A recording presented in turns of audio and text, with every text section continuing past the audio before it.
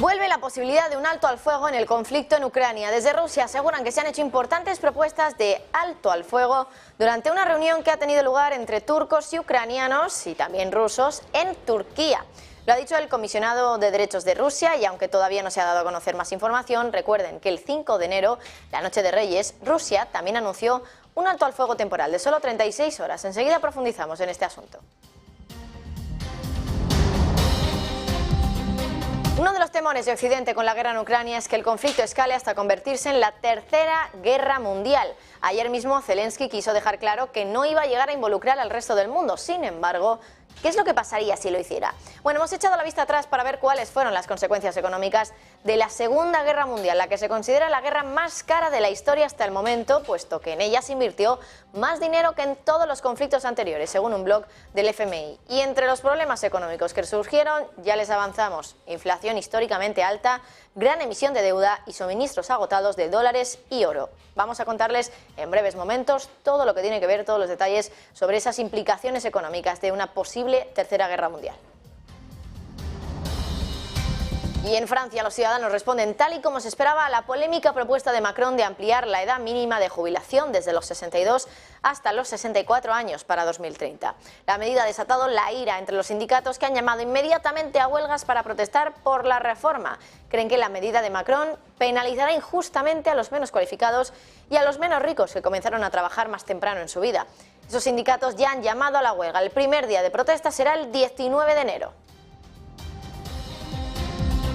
Y mientras tanto, cuestiones energéticas. Atención a lo que ha dicho también Rusia. Concretamente, lo que tenemos es que asegura que el Kremlin no ha visto casos de topes del petróleo que haya impuesto Occidente el mes pasado.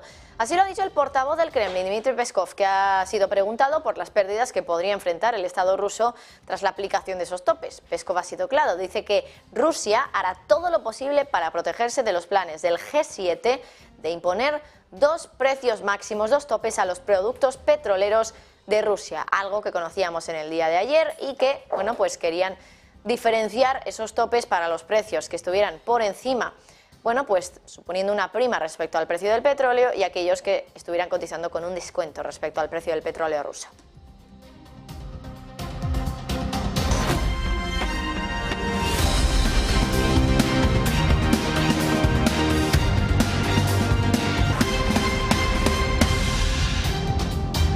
Buenas tardes. El alto al fuego vuelve a estar encima de la mesa en el conflicto entre Ucrania y Rusia. Desde Rusia aseguran que se han hecho importantes propuestas de alto al fuego durante la reunión que ha tenido lugar en las últimas horas entre rusos, turcos y ucranianos en Turquía, bueno, el suelo del país mediador.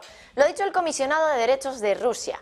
Y aunque todavía no se han dado a conocer más información, más detalles sobre ese posible alto al fuego, o por lo menos la propuesta de hacer un alto al fuego más, recuerden que el 5 de enero, la noche de Reyes, Rusia anunció otro alto al fuego, esta vez temporal, de solo 36 horas. Y es que la misma estrategia de Rusia de cara a las negociaciones con Ucrania pues sigue siendo exactamente igual.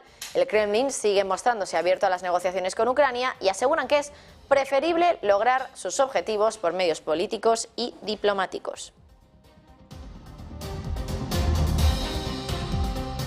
El único conflicto geopolítico que está en el punto de mira ahora no es el de Ucrania. También hay mucha atención puesta en Taiwán y en la posible invasión de China sobre esta isla, y cada vez hay más atención, desde luego. Y ojo, porque hay más países, cada vez más, que actuarían en el caso de que eso finalmente ocurriera y China invadiera Taiwán. Alemania, de hecho, ojo, podría verse obligada a cortar los lazos con China, según aseguran desde el propio país germano. Eva Villanueva, cuéntanos. Muy buenas. El tablero de la diplomacia internacional podría volver a tensarse, y esta vez con Alemania y China como protagonistas. En concreto por el órdago que acaba de lanzar la locomotora europea en boca del líder del Partido Socialdemócrata al que pertenece Olaf Scholz, el canciller. Lars Klingbeil ha advertido de que Alemania podría verse obligada a cortar los lazos con China de la misma forma que lo ha hecho con Rusia si finalmente el gigante asiático decide atacar Taiwán.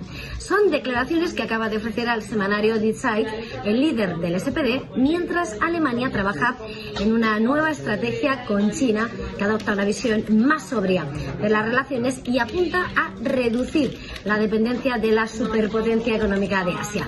Declaraciones que lanza una firme advertencia a Pekín y que acompaña con la idea de que ya sea ahora o dentro de una década hay que trabajar con la idea, dice Klingbeil, de que China podría decidir cruzar la frontera.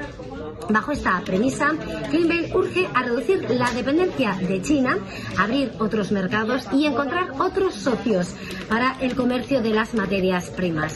Un movimiento que subraya, dice, debería ser, de hecho, la respuesta lógica a la lección aprendida con Rusia, de la que se hicieron altamente dependientes en materia energética. Pese a las declaraciones de Klingbeil y según Reuters, un importante legislador alemán ha descartado que Alemania vaya a proporcionar armas a Taiwán y que no se le ha pedido que lo hicieran. Hay que señalar que China se convirtió en el principal socio comercial de Alemania en 2016 y en los últimos años la clase política germana y líderes empresariales han abogado y trabajado por una mayor diversificación del comercio con Asia.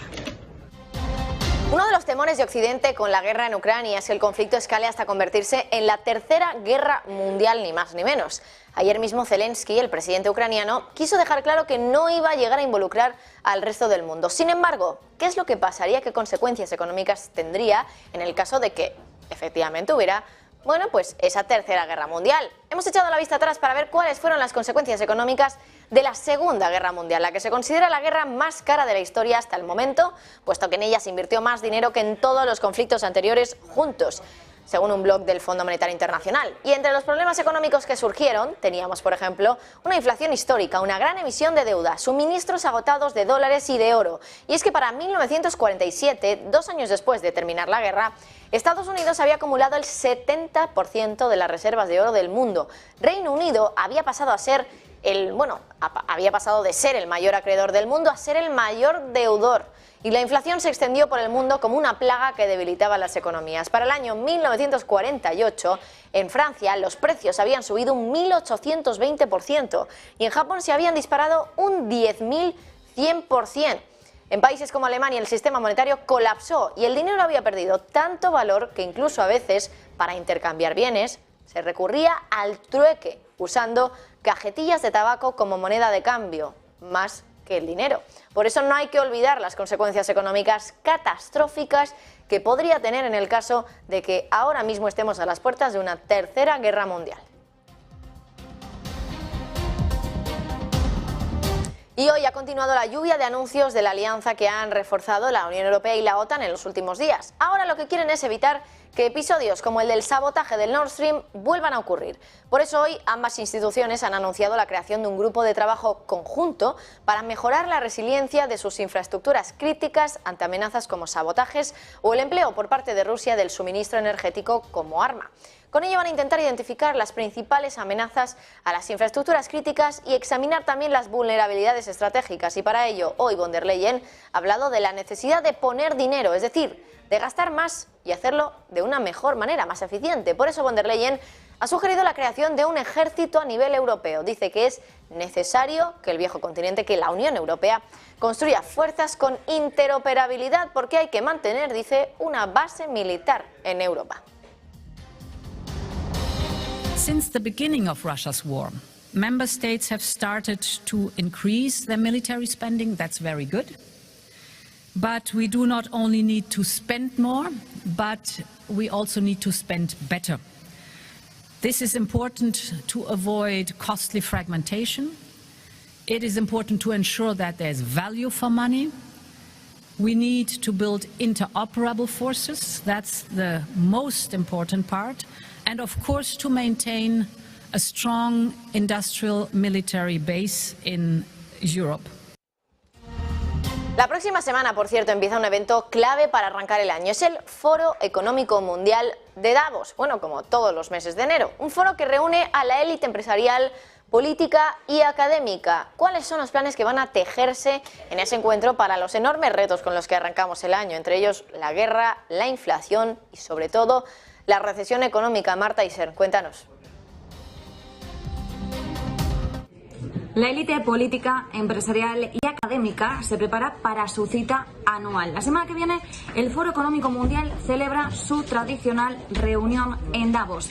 ¿Qué planes se tejerán para los enormes retos con los que arrancamos este año 2023? Bueno, la élite de Davos tiene muy bien identificado uno de los principales enemigos del momento, la inflación. Identifican la crisis del coste de vida como el principal riesgo inmediato para las economías mundiales. Y es que esta reunión va a tener lugar en un momento en el que la inflación está en su nivel más elevado en las últimas 4 décadas en muchas de las economías avanzadas, con tipos de interés mucho más altos de lo esperado. En su informe de riesgos globales para 2023, que hoy ha publicado, Davos señala que el coste de la vida dominan los riesgos globales en los próximos 2 años y que el fracaso de la acción climática domina la próxima década. Hasta aquí, nada nuevo bajo el sol, pero a estos dos principales riesgos hay que añadir la amenaza de recesión, la creciente dificultad de la deuda, así como la lucha por superar la pandemia y la guerra en Ucrania. Como ven, un panorama desde luego muy halagüeño. Y del informe de riesgos se desprende que habrá poco respiro a medida que los países están lidiando con todos estos frentes. 7 de cada 10 encuestados para elaborar este informe considera que el corto plazo se va a caracterizar por unas economías volátiles y múltiples shocks. Una quinta parte de ellos teme resultados catastróficos dentro de una década. Muy pocos líderes en la generación actual han pasado por este tipo de riesgos tradicionales en torno a los alimentos y la energía, mientras luchan contra lo que se avecina en términos de deuda y también en términos climáticos. La directora general del Foro Económico Mundial insiste en que para afrontar este entorno va a ser necesario un nuevo tipo de liderazgo que sea mucho más ágil. El informe, de hecho, hace un llamado a la cooperación global y advierte de que si los gobiernos manejan mal la crisis actual, corren el riesgo de crear angustia social a un nivel sin precedentes. Los aumentos en el gasto militar podrían reducir el apoyo a aquellos hogares más vulnerables, dejando a algunos países en un perpetuo estado de crisis y retrasando la urgente necesidad de abordar el cambio climático, como decimos, y también la pérdida de biodiversidad. En el peor de los casos, la guerra geoeconómica podría convertirse en remilitarización.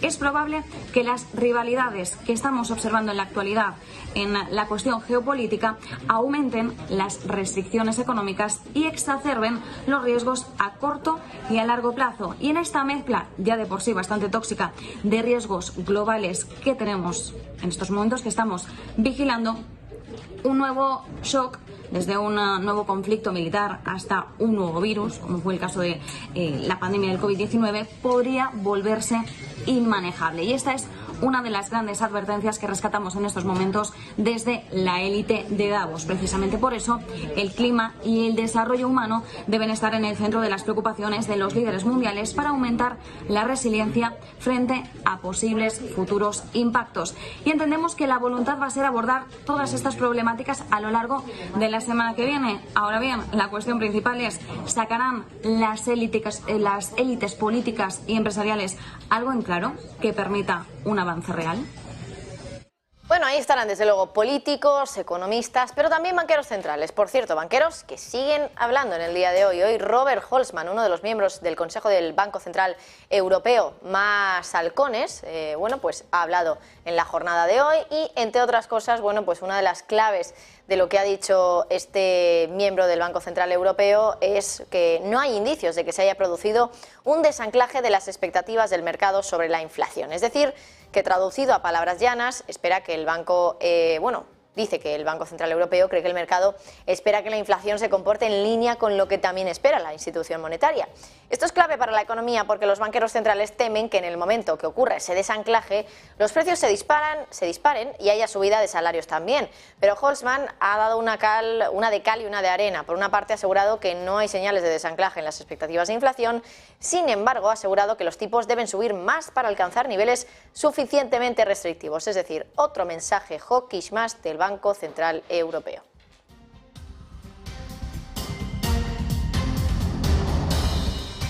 Y hoy, por cierto, miramos a la inflación de un país que pasa desapercibido normalmente, pero que se sitúa dentro del top 10 de países con la inflación más alta del mundo. Hablamos de Ghana, el segundo mayor productor de cacao del mundo, cuya inflación se ha disparado hasta el 54,1% en diciembre, casi 4 puntos por encima del dato del mes anterior. Y es que los países africanos representan una parte muy alta de la lista de naciones, bueno, pues con más inflación del mundo. Zimbabue está a la cabeza con más de un 240%, también está ahí Sudán con más del 100% de inflación, Ghana se queda al final de la lista del top 10 con un 54% y el gobierno y el Banco Central del país, de Ghana, llevan meses intentando capear la inflación, pero no lo están consiguiendo. Eso está asestando un duro golpe a su economía. Por ejemplo, los precios de los alimentos se han disparado un 59,7% y los del transporte un 71,4%. Según Reuters, el país africano está sufriendo su peor crisis en una generación. Y las consecuencias también se están viendo en su moneda, que se ha desplomado un 40%. Hace un mes el FMI tuvo incluso que salir a su rescate con un préstamo de 3.000 millones de dólares para poder estabilizar la deuda descontrolada del país de Ghana.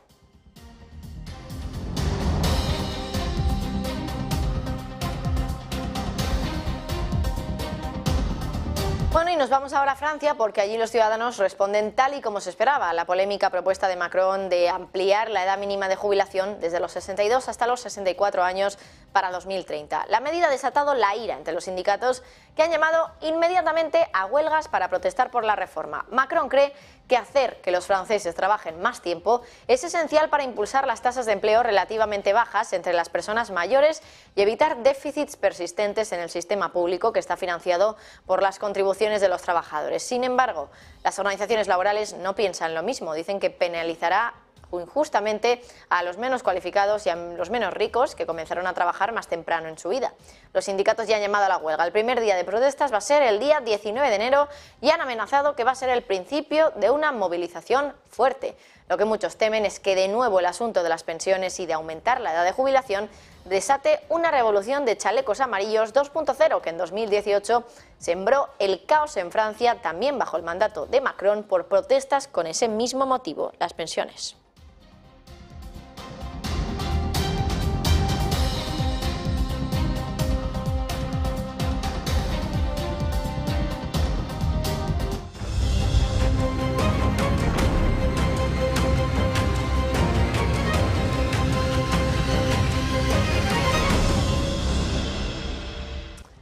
En noviembre, España ha importado un 5,9% menos de gas respecto al mismo mes del año anterior, según ha publicado hoy el Gobierno. Todo se explica por la ola de calor que redujo la demanda de gas para calefacción, aliviando los costes energéticos.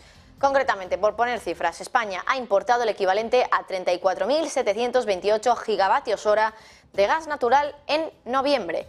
Tras la invasión rusa de Ucrania y el conflicto diplomático también con Argelia, España obtiene la mayor parte de su gas de gas natural licuado por mar. Esos envíos han representado el 76,5% de las importaciones totales, mientras que las compras a través de gasoductos representan el 23,5%, es decir, que pese al cierre, casi cierre, del grifo del gas ruso, España sigue importando un 23% del gas a través de tuberías. Entonces, ¿de quién viene todo ese gas? Bueno, lo cierto es que casi todo el gas que viene por gasoducto viene desde Rusia.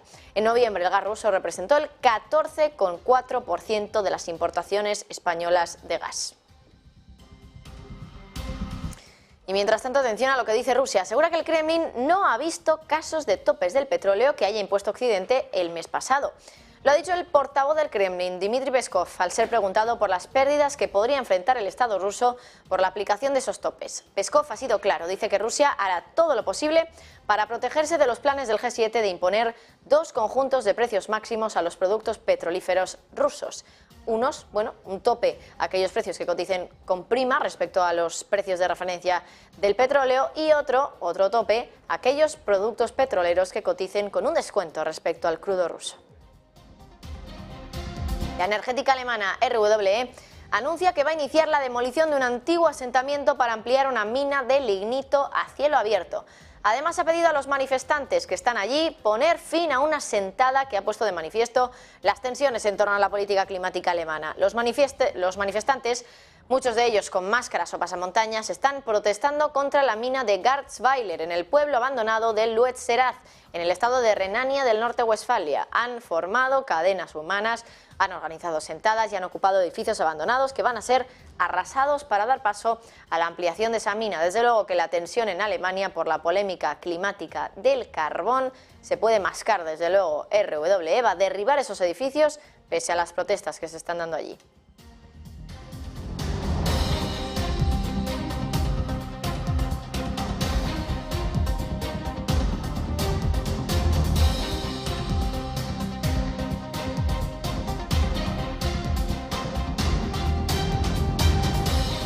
Bueno, y pasamos ya a hablar del mercado. Enseguida vamos a hacer un pequeño repaso de, pues por ejemplo, como los hedge funds, uno de esos actores dentro del mundo de la inversión y de los fondos, que sí pueden cubrirse porque de forma legal pueden hacerlo y por lo tanto pueden ponerse bajistas. Vamos a ver si les ha ido bien en 2022. También vamos a hablar de Binance concretamente, pero antes conectamos con Juan Manuel del Valle, consejero de fondos directo y asesor de Smart Bolsa. Juan Manuel, muy buenas. Hola, ¿qué tal? Buenas tardes. Bueno, un placer hablar contigo, Juan Manuel. Y en primer lugar, quería pedirte un poco una opinión general de cómo ves el mercado de cara a 2023. Parece que el principio del año ha sido bastante bueno, pero desde luego que todavía quedan cuestiones e incertidumbres en el horizonte, que es, por ejemplo, cuándo va a acabar la guerra, cuándo realmente vamos a ver el pico de inflación, si va a haber una segunda ola de inflación, si los bancos centrales van a empezar este año ya a cambiar esa retórica. En definitiva, ¿crees, Juan Manuel, que estamos ante un año que podría ser bueno en bolsa? Porque es cierto que la historia nos dice que cuando tenemos un año tan malo como 2022, lo normal es que luego venga un año positivo. Bueno, esto como dicen, ¿no? En el Bernabéu un partido son 90 minutos o más de 90 minutos, ¿no? Un año es muy largo, son 12 meses, estamos, como bien decías, al comienzo. Por tanto, es posible que tengamos una época mala, que yo creo que la vamos a tener, y sin embargo cerrar el año pues no tan mal, ¿no? Es perfectamente compatible. A ver, a corto o medio plazo, creo que el consenso, lo que nos está, digamos, trasladando en general, el consenso de bancos, de analistas, seguramente lo reflejáis en estos días, es de una recesión suave, ¿verdad? Y corta, o incluso que escapemos de la recesión en algunos países. Pues bueno, digamos nosotros, y utilizamos ahí yo creo que algunos de los mejores consultores a nivel internacional, en el tema del ciclo macroeconómico, lo que nos están diciendo no es eso. Lo que nos están diciendo, desgraciadamente, es que todos los indicadores adelantados de actividad que se están manejando, lo que te están indicando, lo que te están sugiriendo es que vamos hacia una recesión probablemente global y quizás pues intensa o larga, pero desde luego ese escenario de la recesión suave, el aterrizaje suave, parece poco probable, ¿no? Con todos los datos que tenemos en la mano. Y con la subida de los tipos, justo comentabais antes, ¿no? Que el hawkishness o del Banco Central Europeo, no va a haber final de subida de tipos en el más corto plazo y eso va a tener un impacto negativo en la actividad económica. Por tanto, creo que no va a ser un buen, por lo menos no pinta bien para los próximos meses en la renta variable y en los activos de riesgo clásicos en general. Yo creo que estamos dentro de un mercado bajista que empezó hace un año, ¿no? Justo ahora, en enero del 2021, y creo que no se ha terminado. Creo que vamos a ver la segunda pata del mercado bajista, desgraciadamente, y puede ser tan virulenta como ha sido la primera parte. Es decir, no se pueden descartar caídas en renta variable adicionales en los principales índices de otro 20%. Y en otros activos de riesgo, pues lo que les toca, ¿no? Lo que les toca normalmente en estos escenarios. O sea que eso es un poco nuestro escenario. Creo que hay que estar defensivos, infraponderados en renta variable y en activos de riesgo en general, en espera de que pues, las cosas mejoren, la actividad económica, los indicadores adelantados de actividad económica, pues se vayan dando la vuelta. Juan Manuel, al final una de las claves también entiendo que un poco está en lo que hemos estado también observando en los últimos años, que los bancos centrales son los que mueven el mercado, ¿no? El año pasado, en 2022, empezaron a subir los tipos de interés, algo que no habían hecho, al menos hasta esos niveles, desde hacía muchos años, desde luego, también por culpa de esa inflación tan elevada. Y bueno, eso también se ha trasladado en un mercado de renta fija que se desplomó y en un mercado también de renta variable que se desplomó. La cuestión es que ahora tenemos una disyuntiva, ¿no? Que la Reserva Federal, por un lado, nos está diciendo que ellos no van a bajar los tipos este año, que ya lo harán a lo mejor en 2024, siguen con un tono muy hawkish, pero luego por otra parte tenemos lo que espera el mercado, ¿no? Y el mercado parece que no se crea la Reserva Federal. Entonces, aquí nos tenemos que creer, sobre todo teniendo en cuenta que históricamente la Fed a lo mejor ha cometido algún que otro error siendo demasiado, bueno, optimista demasiado pronto, ¿no? Con respecto a cómo estaba comportándose la inflación. ¿Cómo lo ves?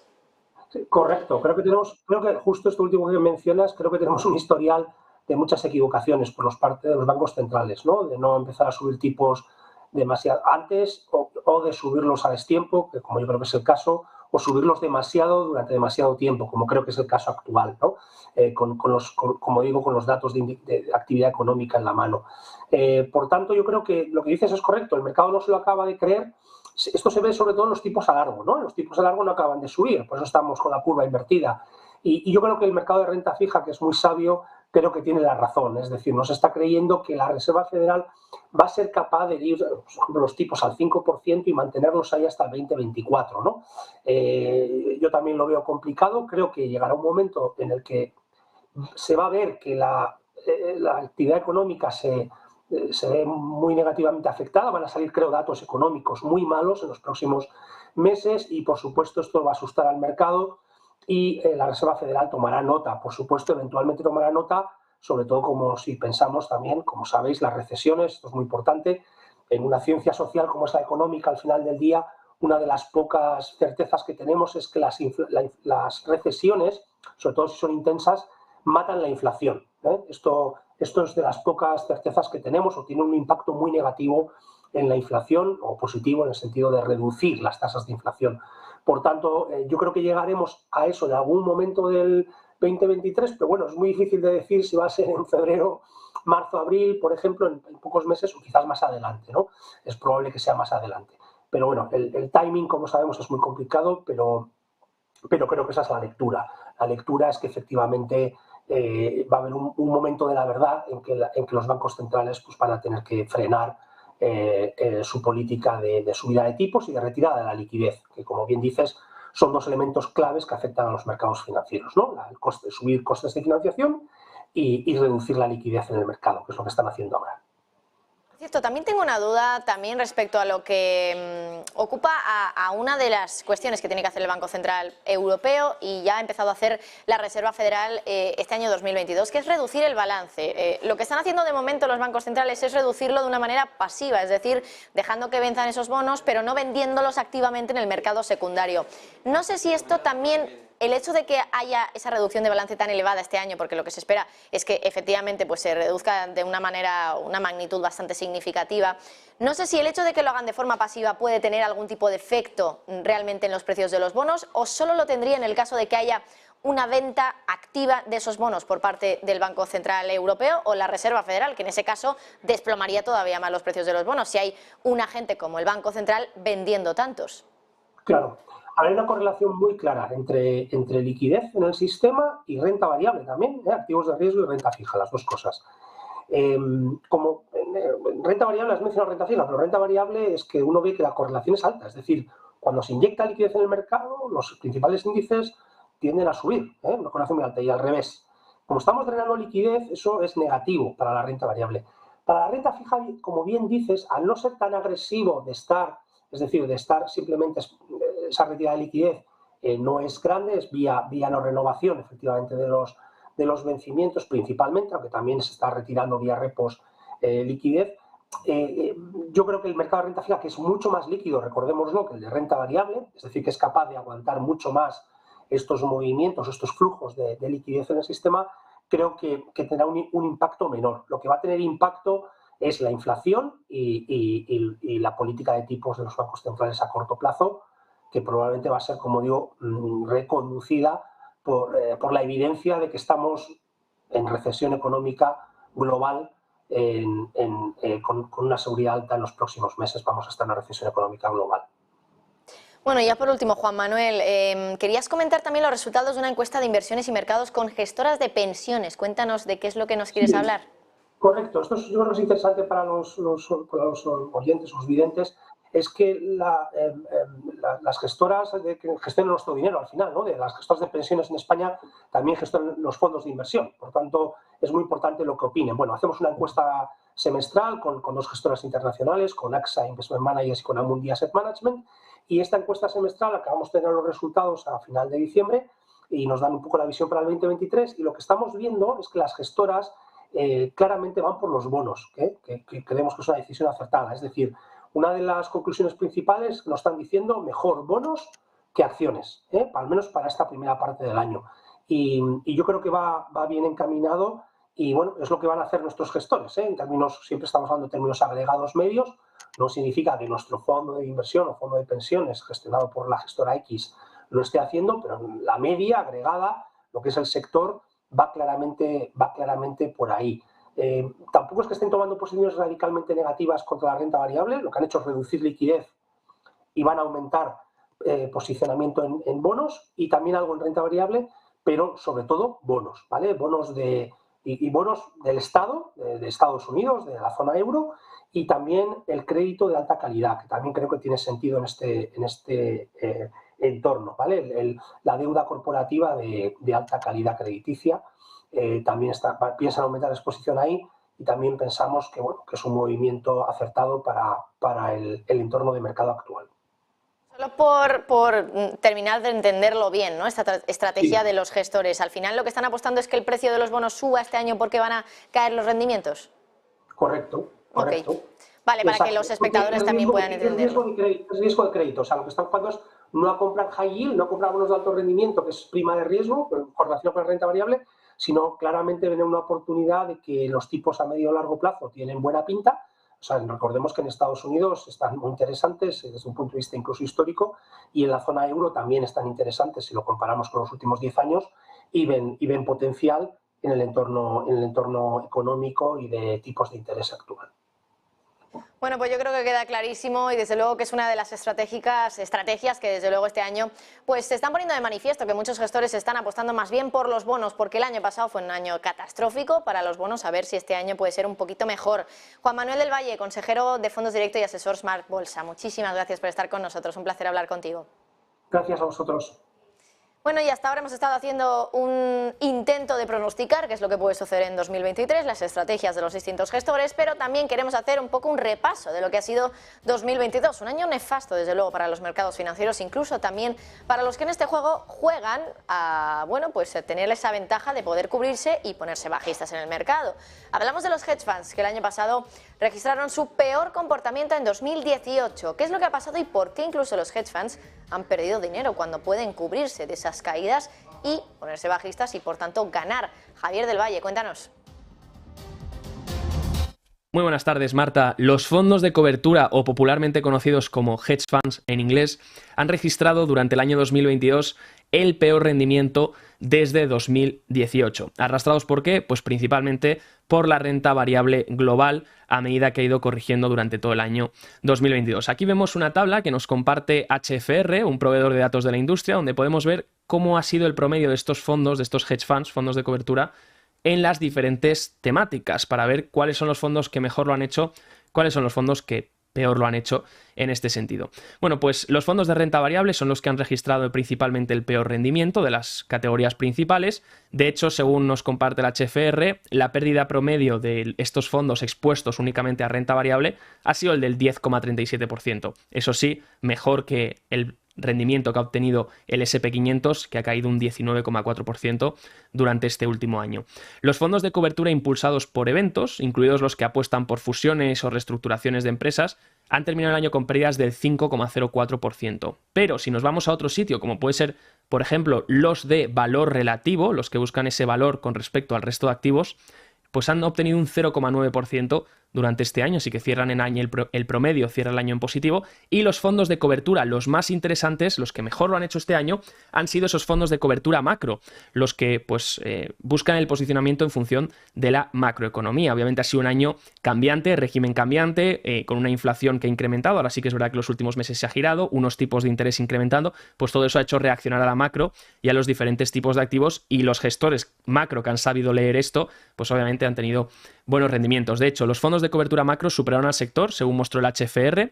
El HFRI Macro Index, si miramos todos los macros reagrupados, subió un 9,31% durante el año 2022, ¿no? Principalmente pues, por estrategias de materias primas, cuantitativas, seguimiento de tendencias, como ha señalado el proveedor de datos. Los fondos macro negocian globalmente, recordemos, una amplia gama de activos como bonos, divisas, tipos, acciones y materias primas. Esto les permitió colocar inteligentemente sus apuestas ante los diferentes escenarios que han provocado la subida de tipos de interés y el repunte de la inflación. Veamos también que entre macro podemos diferenciar entre discrecional y sistemático. Eso significa, discrecional es cuando tomamos la decisión, el propio gestor toma la decisión a través de datos fundamentales o datos incluso también cuantitativos, pero la decisión es tomada por él.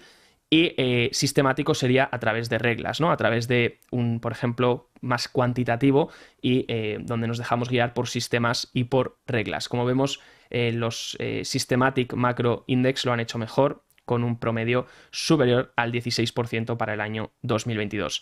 También, si destacamos algunos fondos de cobertura multiestrategia que pueden operar con distintos activos y mercados, destacamos Citadel de Kenneth Griffin, que ha registrado ganancias del 38,1% en su fondo insignia Wellington, y el Composite Fund de The Show, que sube un 24,7% en el año. Eso para los hedge funds, pero también miramos a las criptomonedas, que desde luego vuelven a estar en el punto de mira porque Binance, el principal exchange, tiene nuevos problemas. Ahora Bloomberg dice que su stablecoin no parece haber estado respaldada correctamente, completamente. Ahora Binance se ha defendido y dice que la base de esa noticia de Bloomberg era un desajuste temporal en el respaldo de ese stablecoin. Gabriel Montalto, cuéntanos más detalles.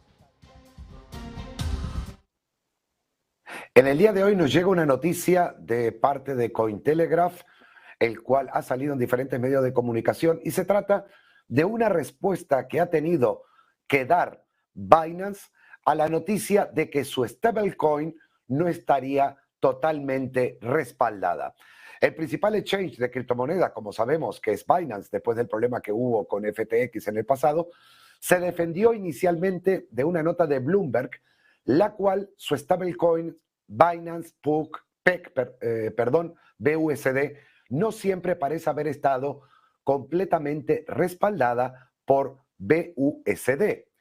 En la entrada del blog del 10 de enero, Binance dijo que la base de la nota, más tarde modificada para aclarar la diferencia entre una stablecoin vinculada y respaldada, era un desajuste temporal en el respaldo de Binance Peg BUSD con BUSD. El medio de comunicación informó que Binance Peg BUSD estaba a menudo infracolateralizada entre 2020 y 2021, basándose en un análisis del cofundador de Chain Argo, Jonathan Reiter, una brecha que a veces superaba los $1.000 millones. Y ahí era donde Bloomberg llamaba la atención o solicitaba información por parte de Binance por esa diferencia de $1.000 millones en esas posibles reservas. Sin embargo, según la plataforma, su stablecoin Binance USD-BUSD estaba totalmente respaldada por efectivo en dólares estadounidenses y reservas equivalentes a efectivo, y Binance Peg BUSD estaba totalmente respaldada por BUSD. Al parecer, este desajuste notificado mostraba datos en los que la stablecoin no estaba totalmente respaldada por momentos. Veremos qué más se sabe de esto, al menos, y algo bueno, de forma muy rápida, Binance responde y aclara esa nota por parte de Bloomberg.